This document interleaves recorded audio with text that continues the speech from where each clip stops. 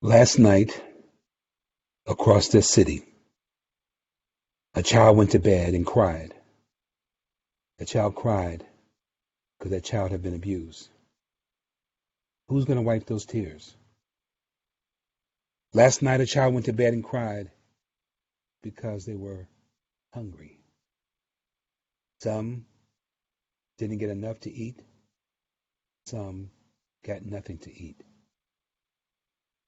Who's going to feed them? Who's going to wipe those tears? Last night, a child went to bed and cried because they felt unloved, unwanted, not special at all. Who's going to wipe those tears? Last night I said a child went to bed, but unfortunately in our city, some children at night don't go to bed. They go to the floor. They sleep on the floor, they sleep in a chair, or they sleep in a bed with 3 or 4 other brothers and sisters. Who's going to help them? Who's going to wipe those tears? Like some of you at Achieve Point Academy, I too was a child that cried at night. I too was a child that was poor and felt that I did not have a tomorrow. I was a child that flunked out of Walnut Hills High School. I was told when I went to Woodward High School that I could not take college prep courses because I was too poor and too stupid to go to college. But I knew inside me that I wanted a better world. I wanted a better life. I needed to go to college to obtain that. And I begged my counselor, let me take the courses that I need to go to college and not be pushed off to taking classes in shop. The teacher and counselor looked at me and said, okay, boy, it's your funeral. Go ahead. You won't make it. Yes, I was a child who cried at night, but I went to college and got a college degree. Yes, I was a child that cried at night, and I got an MD degree from Yale Medical School. I got a master's degree from Yale Medical School. Yes, I was a child that cried at night, and I got those 2 degrees at the same time. Yes, I was told I was poor and no good, but I went on and did a 4-year residency at Yale in obstetrics and gynecology, and at the end of that 4 years, I was chosen as the best chief resident. Yes, I was a child that cried at night, just like some of you. I then went on to Harvard Medical School. I came back to Cincinnati, yes, that poor kid from the West End, and I created Cincinnati's first in vitro baby, then known as test tube babies. I created the first pregnancy from a frozen embryo. I helped the Cincinnati Zoo create the world's first and only gorilla born through in vitro fertilization techniques. Yet, I was that child that cried at night. What I learned and what I want to share with you today is my favorite phrase: never let your past dictate your future, but always let it be a part of you.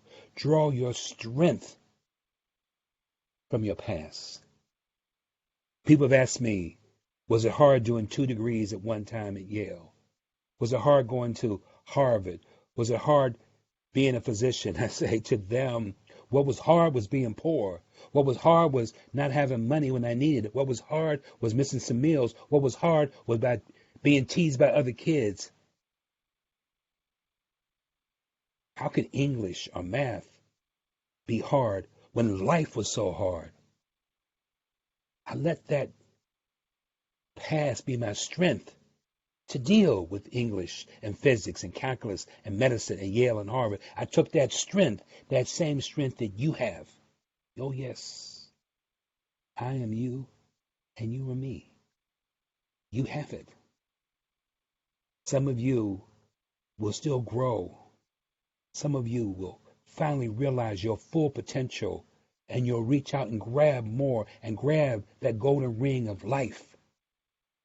You see, today is not the ending because you're graduating. Today is the beginning of your life.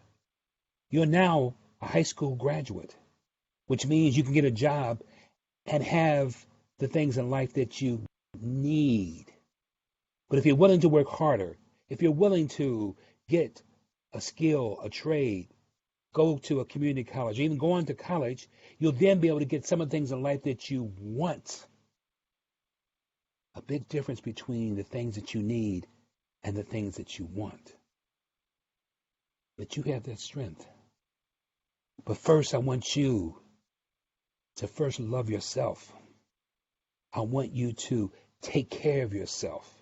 I want you to give your family, when you have children, to give them the life that you wish you had, to give them the encouragement you never got, to give them the food that sometimes you missed, to give them the light of day that sometimes you didn't have, that many times in your life you thought you only had the darkness of life. Give your children life.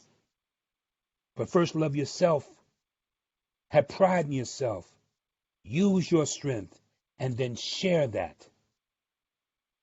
I'm proud of you because many of you, yes, have been in trouble, but you're still here. Many of you have done things you're ashamed of, but you're still here. Many of you have treated people wrongly, but you're still here because you got a strength. Build on that strength. Share that strength, and you'll have a successful life. Never let your past dictate your future, but always make it a part of you. I'm proud of you. Congratulations. Thank you for allowing me to share a few moments with you. Best of luck.